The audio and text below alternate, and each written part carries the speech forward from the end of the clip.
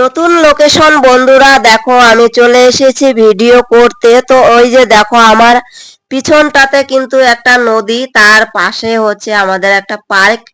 তো আমি অনেক ভোরবেলাতে এসেছি, ভাবছি যে এখানে কেউ নেই, একটু ভিডিও করে আসি।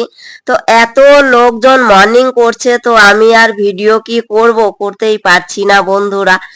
তো দেখো ওই যে সবাই আসছে, এতক্ষণ থেকে দাঁড়িয়ে আছি, 1 ঘন্টা থেকে।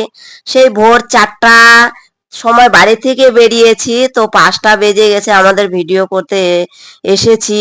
তো ভাবছি এত সকালবেলা তো আর কেউ আসবে না, তো একটু ভিডিও করে নেব। তো দেখো বন্ধুরা, আমি তো সবাইকে দেখাতে পারছি না, তবুও কত লোকজন হাঁটাহাঁটি করছে বন্ধুরা। দেখো আমি তো দেখে পুরোই অবাক, আই এম তো অবাক, কারণ এত ভোরবেলাতে এসেছে। আমি তো ভাবতেই পারছি না, কারণ আমি আজকে নতুন এসেছি এখানে ভিডিও করার জন্য। তো দেখো জায়গাটা খুবই সুন্দর। তো আমার তো ক্যামেরা ধরার মতো কেউ নেই, আমার মেয়ে ছিল, তো ও চলে গেল টিউশনে কয়টা ভিডিও করে দিয়ে, সে সময়ে চলে গেছে, কারণ আমরা দাঁড়িয়ে থাকতে থাকতে আর ভিডিও করতে পারছিলাম না। তো আমি এখন চলে যাব বাড়িতে। তোমরা সবাই ভালো আছো তো জানিও একটু।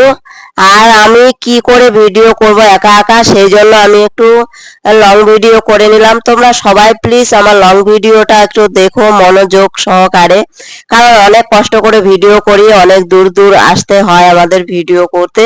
তোমরা একটু সবাই পাশে থেকো বন্ধুরা, কারণ তোমরা যদি আমাকে একটু উৎসাহিত করো, তাহলে আমার ভিডিও করার আগ্রহটা একটু বাড়বে, একটু ভালো লাগবে।